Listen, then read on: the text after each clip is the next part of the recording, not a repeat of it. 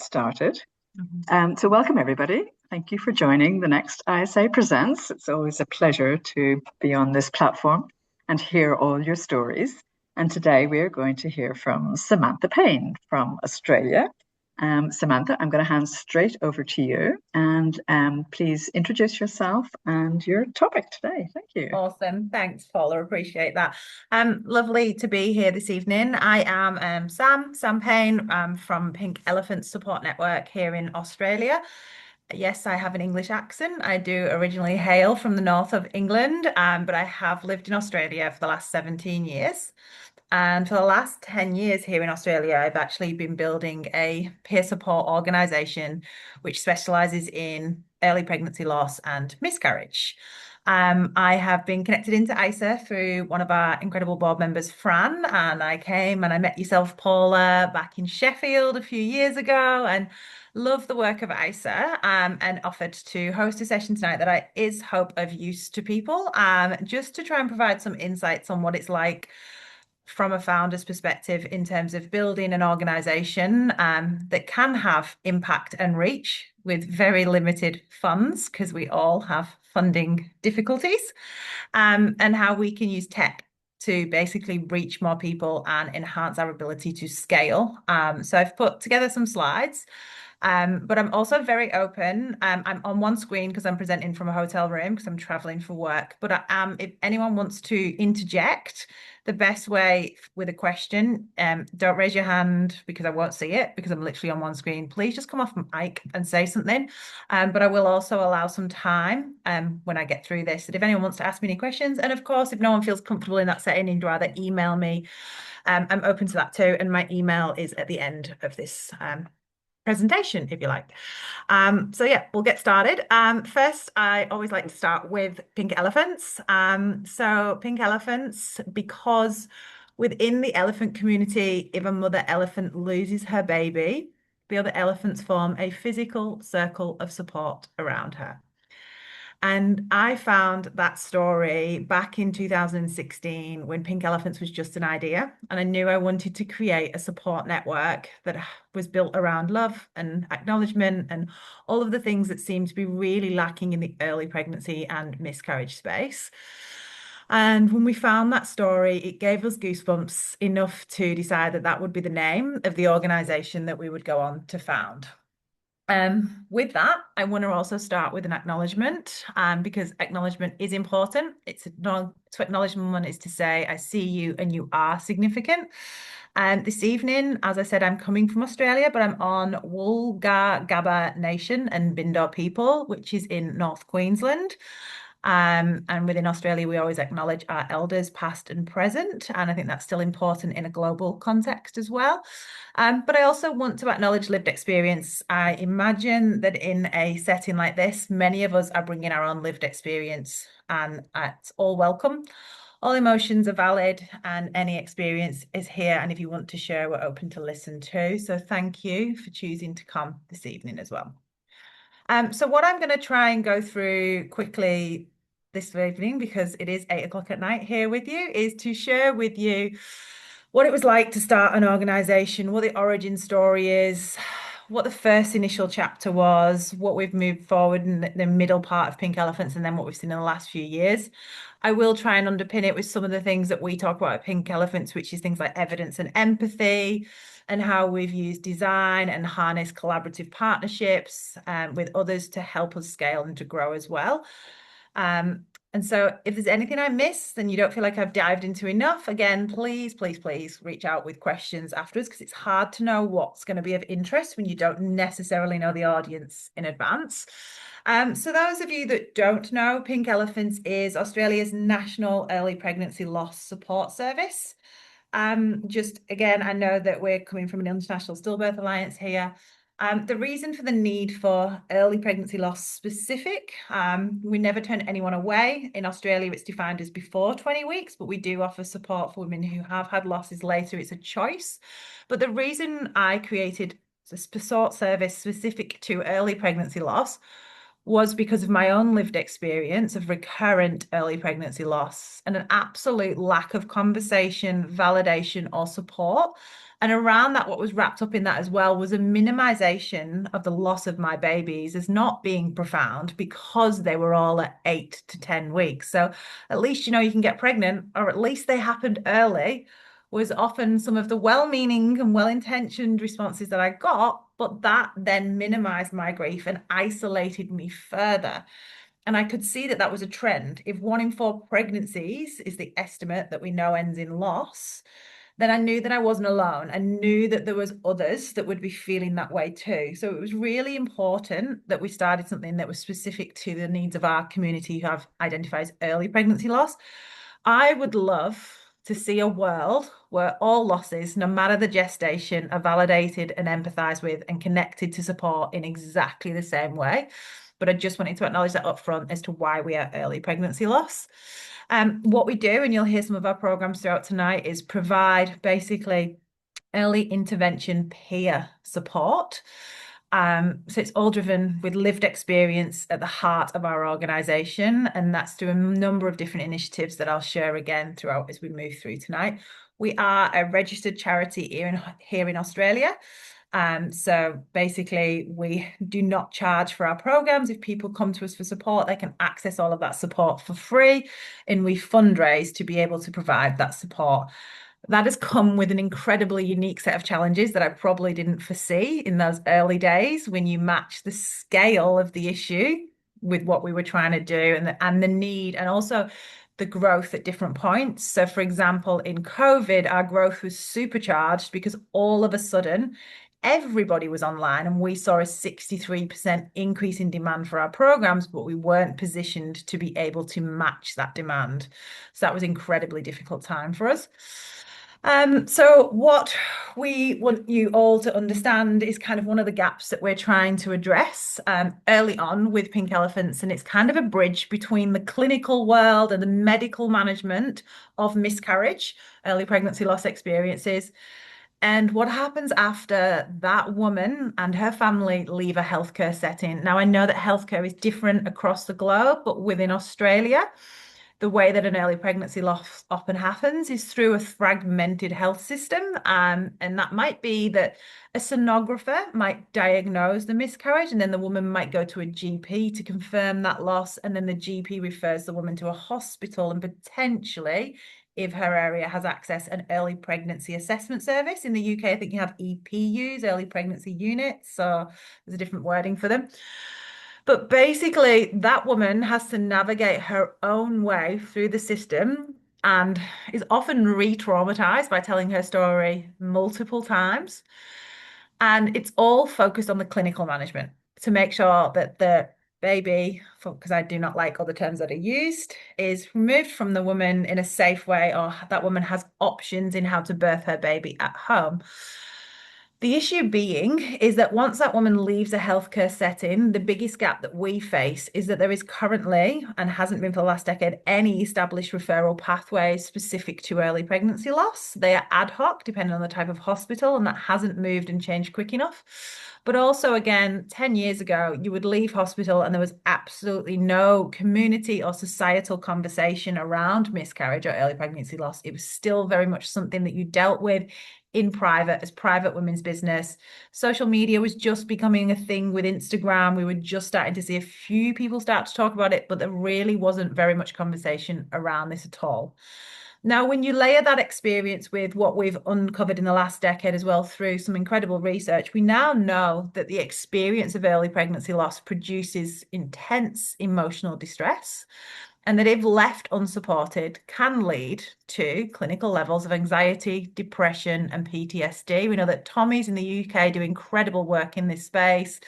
We know that Professor Tom Bourne contributed to the ectopic research where it was 33% of women had clinical levels of PTSD. And so a lot of the research now is highlighting how important early intervention support is for our community. And that's been incredible for us to witness and see that grow alongside our organisation as well. And then for us with Pink Elephants, we have always been digital first, primarily because we didn't really want physical in-room setting offerings, because when we ran those first focus groups at the beginning of Pink Elephants, that wasn't what our community wanted. Facebook communities were just starting to take off at that point, and we kind of trialed, and then from that point onwards it made sense for us to be online. And one of the things that we saw fairly early on as well was ability to reach at scale, including into regional communities here in Australia and even overseas, where we wouldn't have been able to do that if we were running in face-to-face in-service training. So that was really important, and that worked quite well for us. I've added 2 older branded slides in here, but they're intentional. I didn't have time to rebrand them just for this evening, but I want to show them because I think they highlight what we were at and what we're trying to move to.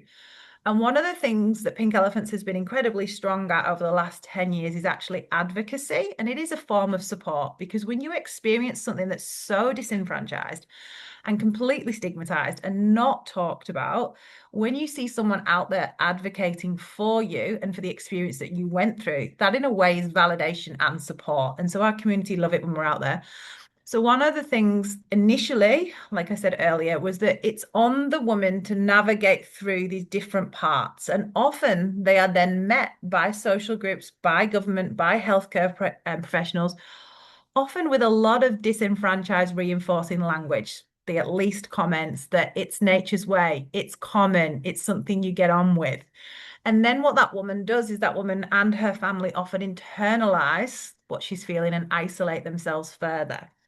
We also know that within Australia and even nationally, internationally, there's a real lack of clear data around the numbers of women that are experiencing early pregnancy loss. There have been some recent shifts and uptake in that being changed, but there still isn't enough movement, in my opinion. What Pink Elephants wanted to do was to move it from the woman having to navigate through that health system and actually build what we refer to as woman and family-centered care, so that they are at their heart. The bereaved parents are at the beginning of everything. And from that, we then look at the different areas that we need to inform, the different areas that we need to advocate or raise more awareness or provide more support within. And so we come at it from those 3 pillars: awareness, support, and advocacy. And you can see here, this is more around the language shift and the things that we wanted to change. So I think the reason I've also included this, because if there is anyone here looking to start an organization, I think it's really important very early on to have a vision, but to be able to depict that vision in a way that people outside of you can understand. And this was an incredible tool from Pink Elephants. We invested very early on in design because we knew that that was a really incredible way to be able to convey a really strong message. Often sometimes with long form written articles, you've kind of reducing the amount of people that can actually understand what you're trying to achieve. So this was why I've included that here as well this evening. So if we go back to the beginning and the origins, which is quite handy because we're coming up to our 10-year anniversary this June. So I've actually been doing quite a lot of gathering data and looking back at what happened. Originally in year 1, it was myself and Gabby, and we genuinely, honestly had no idea what a charity structure even was. But we knew what we wanted to do. We knew we wanted to provide women with validation. We knew we wanted them to know that it was okay to grieve the loss of their baby. We knew that those women wanted connection to other women who had lived experience or were going through something very similar to them in that moment. So validation, connection. And then the 3rd pillar was empathy. We didn't want sympathy. We didn't want people to feel sorry for us. What we wanted was people to understand what we were going through, to be able to become our allies, whether that was in workplaces, in hospital situations, government policy, anywhere. So that's empathy, not sympathy. When we started Pink Elephants, we literally had no funds whatsoever. For context and background, I was a primary school teacher before this. So we didn't have any money. We had to invest our own to start and to kind of get the infrastructure ready and invest in charity registration. And you have to register what's called a constitution here in Australia and all of that. And we chose to invest in that foundation because we were hopeful that that would set us up in how we needed to go. And I'm really proud that we chose to do that. We then, next stage, really started to engage with others in the community because it couldn't be just my experience or just Gabby's experience. So we held focus groups and we listened to like groups of other women sharing their experience. And I think one of the most profound things that came from those focus groups, we're still connected to the majority of those women now, which tells you so much more about the relationship value of pink elephants. But also that we just heard so many different stories. So no what two women's experience of early pregnancy loss was the same. And there was, yes, there was cultural layers and there was intersectionality layers, of course. But what we started to unpick, which no one else seemed to be doing at the time, was that you had this one umbrella term for miscarriage, yet the person next to me had had an ectopic. The other person had actually had a termination for medical reasons, but would never admit that publicly for fear of shame and judgment. And so we started to understand actually this is much broader and we need to represent way more stories. And we identified that really early on. We also identified barriers to access quite early on. And that was things like cost, because a lot of these women were also going through significant fertility journeys and they were having to pay out for a specialist, paying out for IVF, paying out for all these other things, the holistic things that you sold as add-ons as well. So that helped us to identify as well in terms of what we wanted to offer and how we could offer it for free. And so we started with peer support, but we didn't know it was called peer support. That's something that come much later for us. From in the initial stages, it was really all about building connection and giving people that connection to another person who just got where they were and what they were going. The first 3 years, it was incredibly scrappy. It was very much a try something and see. It was set up a Facebook group and see how it goes.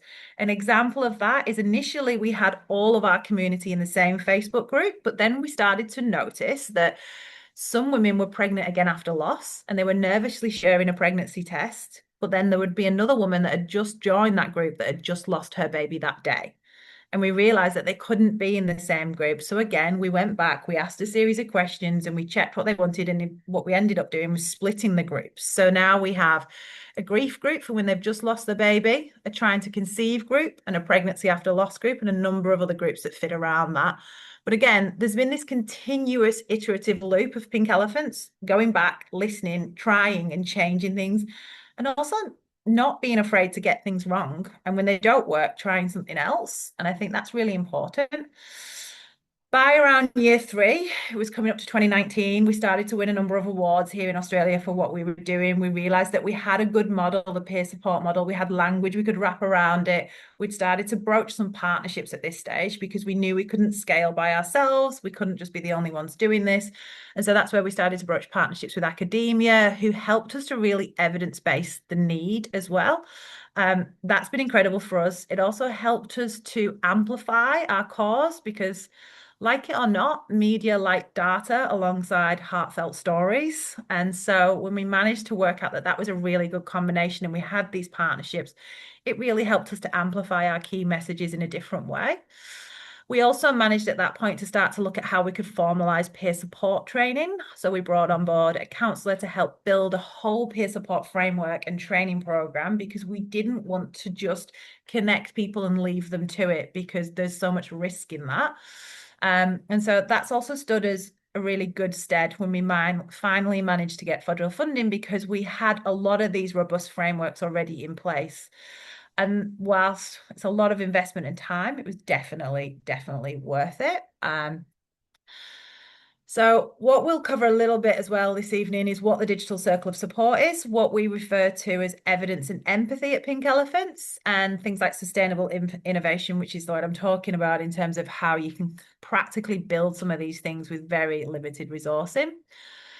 So I want to talk about the digital side of things first.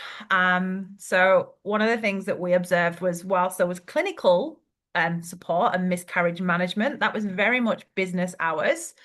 And women were often left at 2 a.m. in the morning on Google, and you never know what they're going to find on Google. So for us, it was really important that we had reliable, trustworthy, peer-reviewed, evidence-based information delivered empathetically from lived experience. So we don't provide clinical advice, we don't provide health advice, but the emotional support has been peer-reviewed. So one of the first things we did was partner with Professor William Ledger from the Royal Women's Hospital in Sydney, and we asked him to review our content. And it was one of those moments where you feel really proud because he agreed this was a huge gap, and was really like the testament to its growth as well.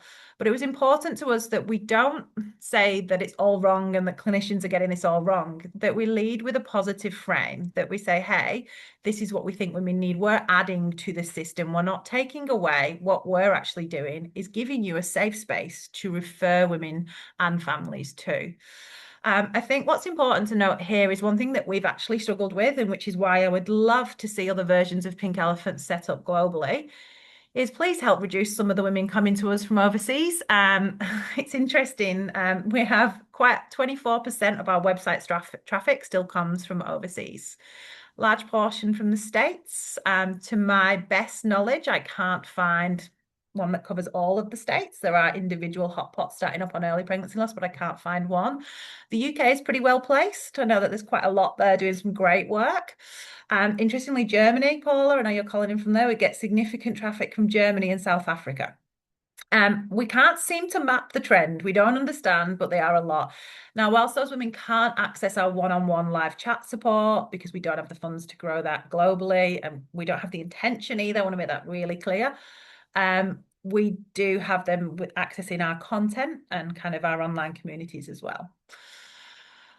So what we actually provide in terms of support is first and foremost social media. That's our awareness raising platform, but it's also often the first place women land. And it was really important to us that we engage with women where they are. We don't expect them just to come to a website. We know that they're on Facebook. Well, they're not anymore. They're now on Instagram and TikTok. I'm too old now, but they were on Facebook.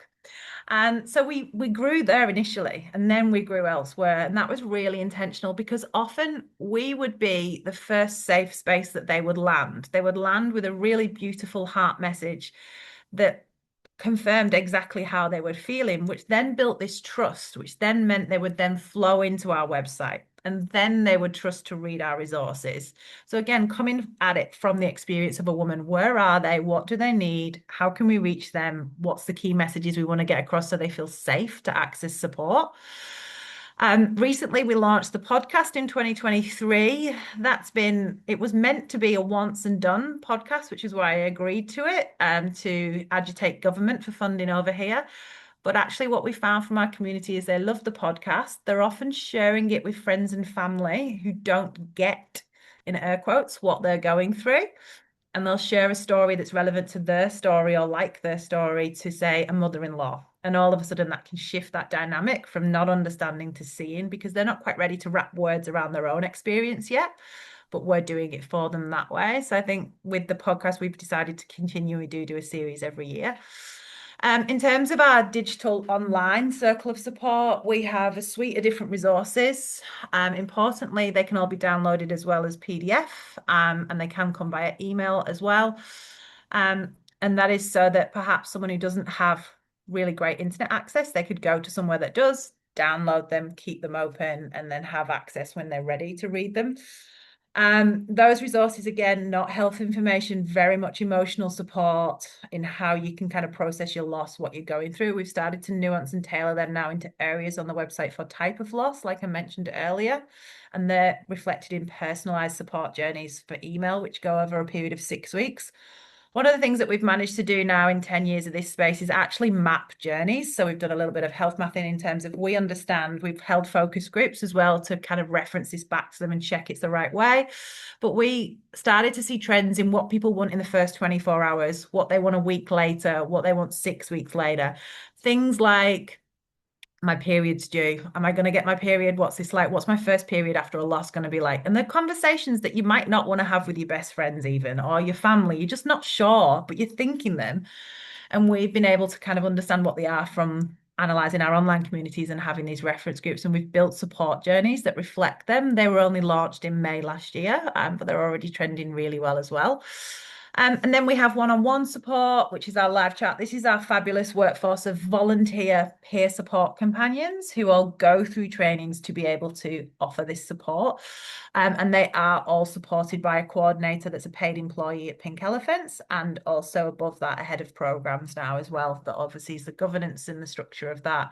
And just risk management, because I think what happened I think it would have been about 2022, 23 maybe, we started to see an increase in suicidal ideation conversations, and that was incredibly scary. If you've decided to put your hand up to be a peer support worker for someone for miscarriage, it can be very confronting that all of a sudden you're holding space for someone who's literally talking about potentially ending their life. And so we identified again that we needed risk management plans. We needed to have conversations with other organisations here in Australia to help embed some training. So we work with Lifeline here in Australia on that. And we have clear referral pathways out now. And again, a lot of this comes from learning on the go, not necessarily having that structure straight away. I should acknowledge that we also have a workplace program. I think from a founder and anyone trying to build something, this has been incredible in terms of a revenue raising tool as well. So I am very okay with charging large corporates money to hold awareness, support, and training within their workplace. And then we can bring that funding back into Pink Elephants to make sure we keep our doors open on all of our other programs. So it's almost like a social enterprise model is the best way I can describe it, a fee for service model that facilitates the rest of our work as well, but still has impact in the workplaces that take that on as well. And as I mentioned earlier, one of the things with Pink Elephants that we have always done from the beginning is we use language like evidence and empathy. It was really important that we wanted people to understand. And it wasn't like we're trying to build clinical guidelines. As people on here tonight from the CRE who do brilliant work in this space and are willing to review thousands of papers and create incredible guidelines. Pink Elephants doesn't need to do that. What Pink Elephants does is brings to the forefront the lived experience of thousands of women so that we can agitate for the change that we want to see, so that we can raise awareness of the needs. But what we do is we do ensure all of our programs are underpinned with evidence and empathy. We're now at a really privileged position where we actually have community reference groups based on each type of loss and different kind of priority populations as well. And we make sure that before we launch anything, it's gone through with them. So we're not like co-designing everything. I don't want to kind of say that we're doing that at all, but what we are doing is making sure that the idea firstly comes from the community and the need, and then we go back and we start something, and then we'll sense check it with them, make sure that we're reference checking it with different community members, then we'll iterate, then we'll go back. And it's almost, as I said earlier, this continuous iterative loop of trying to get better because our community deserve us to. Some of the evidence. So what we do is we actually produce a white paper now biannually ourselves. Again, this is not like ethics or like academia papers at all. We'll work and collaborate in that space, but we identified a gap where we could publish things ourselves based on the data that we were capturing. And so we will publish our own surveys from time to time that maybe are not partnered with an academic institution, and then we'll use that data. Last year, we produced a Not Just a Loss report. We interviewed a number of stakeholders across Australia, both lived experience and also clinicians. And what we found from that was kind of, what we looked at on that was the regional experience. So we're finding now that we can start to really drill down in different areas that, again, we can start to get some really clear data on. We can tell some stories and then we can agitate for the change. And so I spoke to New South Wales government on an inquiry about the data and the stories that we heard from this report. All of our reports are accessible on the Pink Elephants website. You're more than welcome to access and download them. Again, any questions, please come. We do try and obviously all of our best to have the references in there as well. But if something's not clear, you can't see where we've got it from, please come back to us. The last part of Pink Elephants in terms of how we've kind of built was literally lean. We had no funding for the first 6 years, really. It started to build eventually with momentum, and I don't think we prioritized fundraising early enough. And that's really easy to say 10 years in now, but it was necessity at the time. We had to prove that there was a need. Then we had to prove that there were programs that women and their families wanted that also had an impact. So we were really good at evaluating effectiveness from very early on. So that's not just output data like numbers, it was outcomes. What was the difference our program was making? So qualitative statements, as well as things like embedding within some of our programs, we would embed things like different scales and be able to actually say, well, when they come to us, they were here at the distress rate, and then when they left, they were here. We've always tried our best to leverage what technology is out there rather than building our own. I know a lot of people lean towards building apps and things like that, but we've decided to stay away from that and actually just look at what's out there. And Facebook's a great example. We've used social media in a great way for good. And we were challenged a lot on Facebook groups in the early days. It was quite interesting. It seemed to be like such a, and then now we've seen the trend of the opposite, where a lot of people are actually growing their communities on Facebook as well. We've been really strategic about who we've partnered with. It's been very intentional. It's always got to meet, it's got to be values aligned, shared values, all of those things. And it has to be able to amplify and help. So bolster capacity is what I mean by that at Pink Elephants as well. So it has to be able to help us grow so that we can help more people as well. It can't just be a partnership for the sake of a partnership. As I touched on earlier, we've been really strong from the beginning around our infrastructure of the volunteers, the training, being able to create a workforce of people that can provide support in a meaningful way, but also feel supported in their roles themselves as well.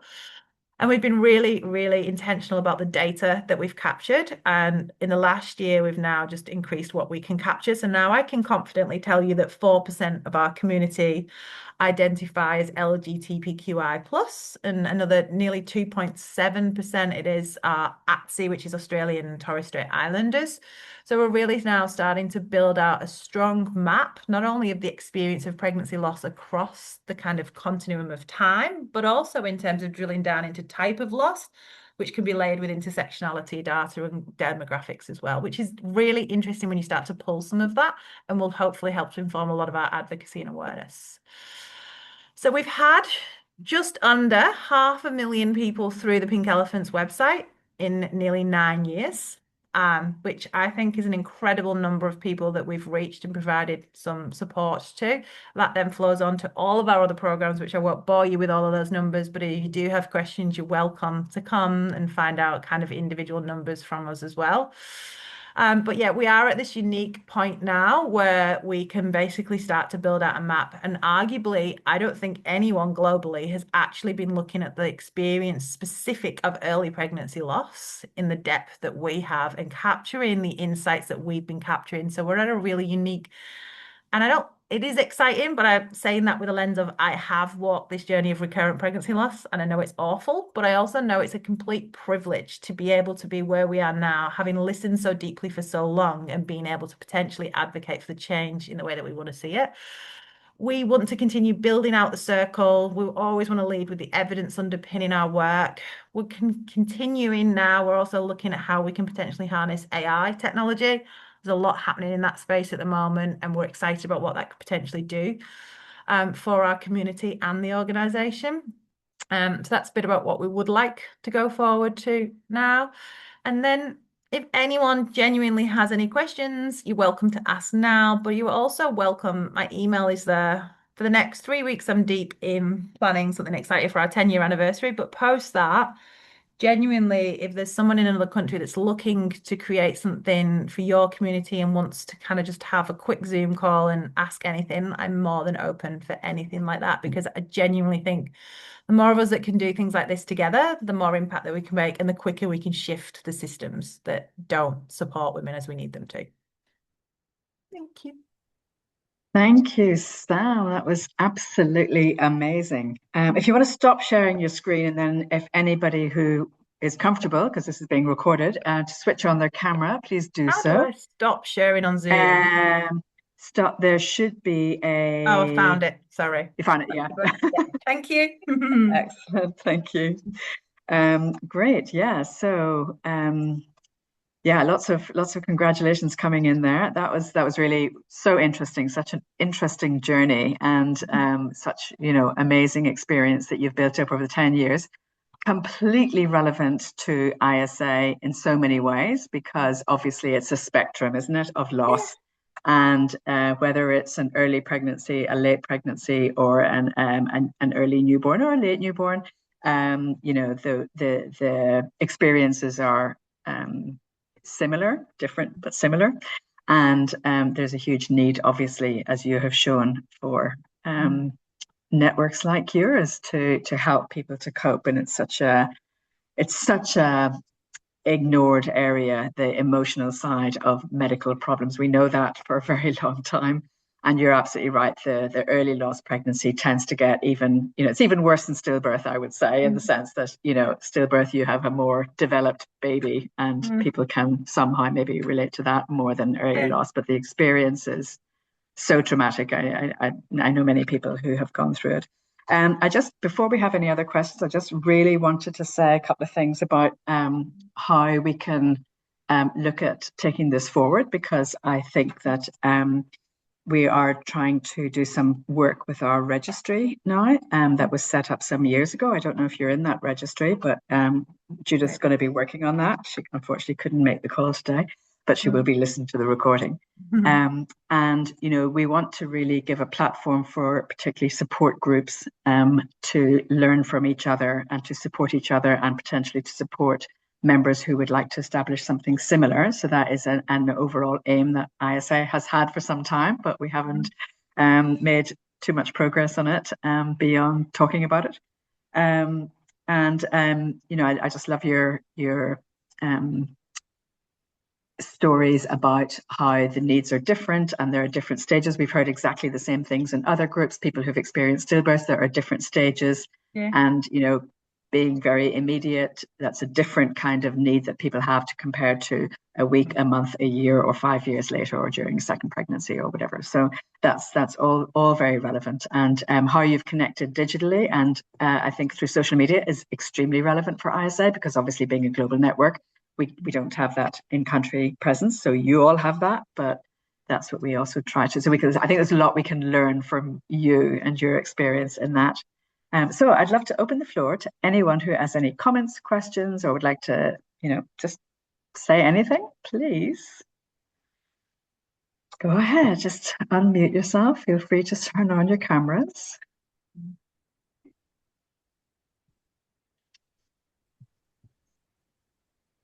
Hi, Sam. How are you? Hi, nice to meet you. Nice to meet you. My name is Rudo. I'm based in Zimbabwe, and I'm a researcher, but also working with a group of psychologists called Soul to Africa. And I really, really loved, this is more of a comment. I really, really loved and appreciated your presentation, because South Africa has actually start setting up. I think we've been 3 years in terms of working, and just understanding your tenure, experiences, and plan, and even the way you communicate on one slide what your core values and vision are. I personally appreciated that, and we will definitely go onto your website, look into the other stuff and resources you have, and we'll definitely be in touch. Thank you very Yeah, I'd much. love that. That would be really lovely to have a conversation with you. Yeah, please do. Thank you. Thanks, Rudo. That's lovely to hear, and good luck with your work. This is exactly the point of this kind of platform, is for others to learn and to be able to share tools and have direct conversations with people. So it's great that you're going to pick some of that up. Anyone else? Hi, Yeah, go ahead, Tafla. Hi, how are you? Hi, everyone. Hi. Good evening. It's afternoon this side. I'm also from Zimbabwe, and I am also from South Africa. I cannot explain how excited I am to have been listening to Pink Elephant and loving the work that you do. And thank you in advance for allowing us the opportunity to share, to learn. I think we have so much to learn from each other. And also looking at how we're constantly on Australian websites, because with regards to perinatal mental health globally, I think outside Africa, you are really taking the lead. So it's interesting to see and hear from the whole team, and we hope we can continue to learn from you. And we hope that we can also give you one or two low-hanging fruits that we have found working for us from this side of the hemisphere. So lovely to connect, and thank you so much for this opportunity. Thank you. I really like the idea of learning from each other as well. Like I think you all heard earlier on, I used to be a primary school teacher. So there's parts of that I miss. So it's kind of nice to come into a forum like this and work out ways that you can go, oh, you do this. That's what we used to do in teaching. So yeah, I'd again really genuinely mean anyone following up in a conversation, I'm happy to. I think there's a comment as well. Vivian Geico. Vivian. Oh, this is a great question. How has the emotional burden on staff and peer supporters changed, and how do you prevent burnout in a grief-centered organization? Yeah, I definitely learned this the hard way in the first few years when you put your hand up for everything and you don't consider yourself, and also still was very much on my own journey. I now have built my family and thankfully never ever have to be pregnant again. But in the initial days of this, it was really difficult and genuinely didn't have any skill sets. And I think that's a real risk when you start a peer support organization, because you're not given any clinical frameworks or any kind of governance and support in how to do this, which again is another reason I'm passionate about trying to collaborate so others can learn from us. What we've learned in the end was to put different frameworks in. So now we have access to social workers for all of our volunteer peer support companions, and we actually have paid staff at Pink Elephants that are there for them. They're also only allowed to volunteer 2 hours a week, and they must have a rest every quarter, as in like at least a week off. So we've kind of got like a rotation in the schedule now. So that's why our live chat is not 24/7 yet, because we are really actually taking quite a small stepped and measured approach to scale with our live chat, because we don't want our most incredibly valued volunteers to burn out. But I will flip that with, we recently presented a poster at the Perinatal Society of Australia and New Zealand conference. I'm not taking any credit for the poster. I now have an incredible team member who is or has an academic background, Sophie Porter. She made this poster happen with the assistance of Fran Boyle, who some of you know here as well, who's also on our board at Pink Elephants. But that poster was what the experience was as a peer support companion. And what we actually identified was how cathartic and healing it was. So I think there's often this perception that because you're working in a difficult, again, in air quote space, that increases burnout. And I'm not denying that that does happen. But I also think we need to actually sometimes celebrate how it makes our volunteers feel. And for them, it can actually be really healing when they didn't get this support themselves. So there's two sides to it. There's infrastructure and support for the ones that are delivering the support. And I still know, like, our peer support companions by name. I'm still in a WhatsApp group with them, and I want it to stay that way. And I know I'll get challenged on it, but I love it because there's a sense of community and camaraderie, and we all support each other. And I think that helps.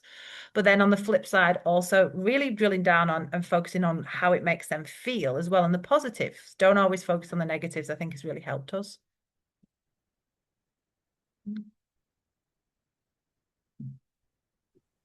A great point, Sam. Thank you. And I think, again, many people say that by helping others, it's helped them on their journey of healing. So it's very important. Process to acknowledge this. Right, we've got from Rudo recently, how do you recruit your peer educators? So we have a form on our website that they can come and fill in. We haven't needed really to post this out on social media because we then keep the list of people that apply. It is a recruitment process. We do interview like you would have a job interview. It's not about qualifications for us. It's really about lived experience. And then what we actually interview for is more from a safety perspective, that making sure that they've actually processed their own loss and that they're coming to provide support and they're not actually coming inadvertently without realizing it. And we do get this. They're trying to seek support for themselves still. So we have things in place that they must be at least a year past their loss and have finished building their family for them to be able to be a peer support companion. And then, yes, they go through a full training program. Originally, that training program used to be delivered by a social worker in person, but because we've scaled now, it's on an LMS. And then they do some role plays before they're allowed to do live chat. And then all of their initial chats are another peer support coordinator will be in that chat with them initially. And then eventually they'll we don't say graduate, but that's pretty much what it is, where they'll go off and they can do one-on-one on their own. So yeah, there's definitely a framework, and I'm really, really happy to share our peer support model and our training programs. That's more than happy to share those so that other people can kind of build off those as well. Thanks, Sam. I think what we'd actually love to do is start systematically collating some of these resources and putting them on our website so that, it's really obvious and everybody can access them. Anybody who wants to can access them. So I'm not sure. I'm not sure what we've got on our website from your network, but we'll definitely follow up on that. Yeah. Okay. Wonderful. Any other comments? Thanks, Odessa. Mm. That's a comment from Odessa. What a great job you're doing. Thank you. Appreciate it. Yeah. So, question, Sam, about you said quite a few of your people requesting support are from outside of Australia. And you mentioned the States and Germany, Europe, other countries. Are you getting any requests from lower income settings? I'm just interested if they're India? accessing India, right? India. Right. And it's not request. I should be really clear on this. It is people accessing the website so we can see the metrics of where they're from. But then they do flow through and will join our online communities, which are on Facebook. Yeah. They do try and join live chat, but live chat, you need an Australian postcode. Some people have worked out how to get an Australian postcode and then start a live chat. But when you start talking about your healthcare system, it can be quite obvious that because it's not the same as what it is in Australia. Of course. And in all honesty, we have to be really mindful. We can't be everything to everyone. I really want to see more of these set up that you understand your local context, your local culture around this experience. Pink Elephants is not best place to provide support in those communities. There's too much risk. It's like even just things with the states and things like abortion laws, and it's all different in every state. We have to be mindful of that. So it's not an easy choice, but we can't, and so we won't. But we'll never turn anyone away from the online communities or downloading resources and reading them. But we do get low income countries as well. Yeah, but this is exactly what we have struggled with a little bit in ISA and have purposely not been offering any kind of online support because we can't manage it, and there are too many. Being a global network, we just it's too risky, as you say, and you can't.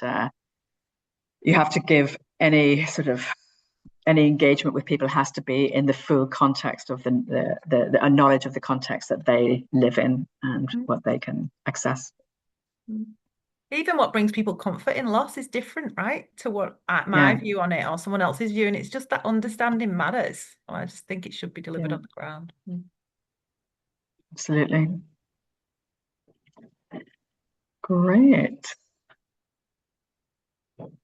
Any other questions or comments for Sam?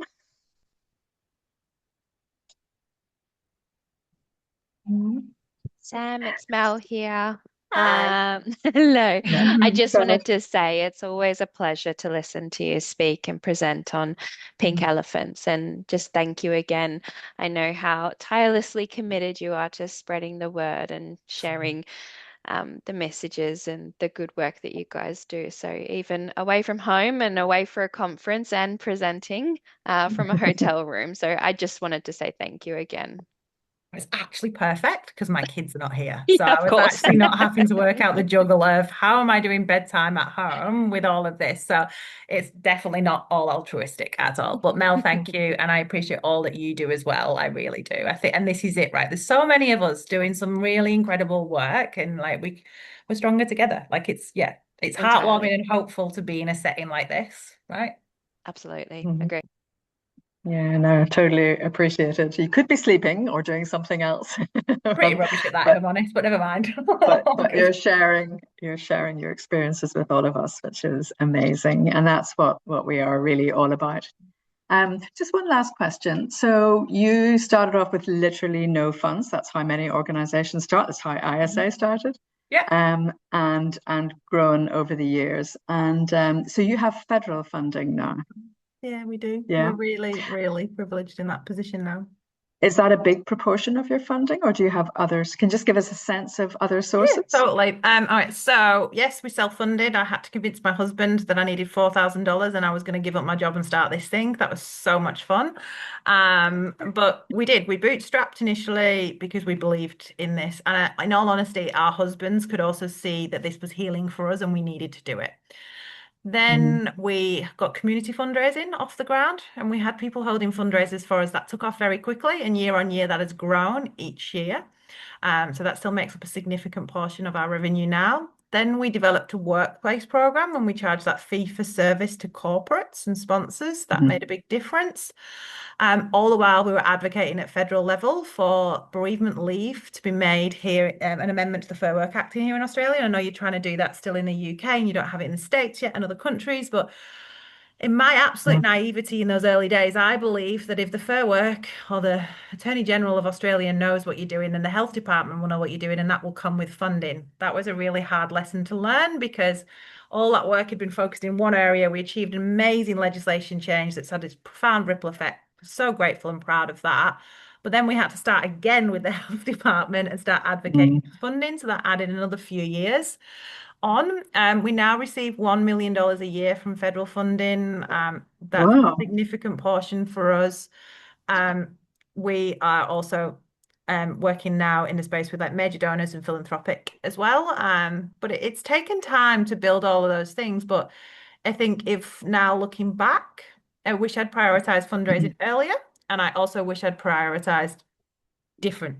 I kind of have gone, I'm an all-in person, so I run and I'm like, going to make that happen. There's only one of me, and then there's now a team, which is epic, and we do things together. But yeah, I think trying to grow different pots of money, if you want, or fundraising streams together, so you don't end up kind of like, we're quite heavily weighted on government now, which comes with its own risk as well. Yeah. Might not be there forever for starters. Oh no. Yeah. Glass cliff. Yeah. Yeah. Got to be prepared for everything, right? But it sounds like you're put in a fantastic foundation. I think we can also learn from you in terms of fundraising. I know it's different at a country level than it is with a global network. It's quite difficult to make the case. That's but I think your presentation just shows how well you present data and evidence, and maybe that's I think that's something we can all learn from at ISI. So thank you very much. Great. Are there any final comments for Sam? No? So if not, Sam, I would just like to thank you so much. Really heartfelt appreciation for your work and just being here with us in your evening time, sharing your experiences. I think there's a ton of things for people to learn, as you've heard from us. So yeah, thank you so much. We will obviously keep in touch with you. You're a member, so we look forward to finding more ways to engage and put you in direct contact. And as I said, this little project that we're hoping to get off the ground now on the registry will be an opportunity to reach out to all the support organizations in our membership and see how we can create a better platform for people to learn from each other, to support each other, and to grow and expand. So, Sue, do you want to add anything? No, just really great, Sam, and inspiring, what one or two people together can do. And I think that's inspiring and something that we all can think about and learn from. So great work, great presentation. You're just reaching a lot of people in an important way. So we appreciate you being with us today. Awesome. Thank you. I appreciate the connections and the opportunity. I'm really grateful. Thank you. Thank you, Sam. Okay, thanks everybody, and have a wonderful rest of day, evening, wherever you are.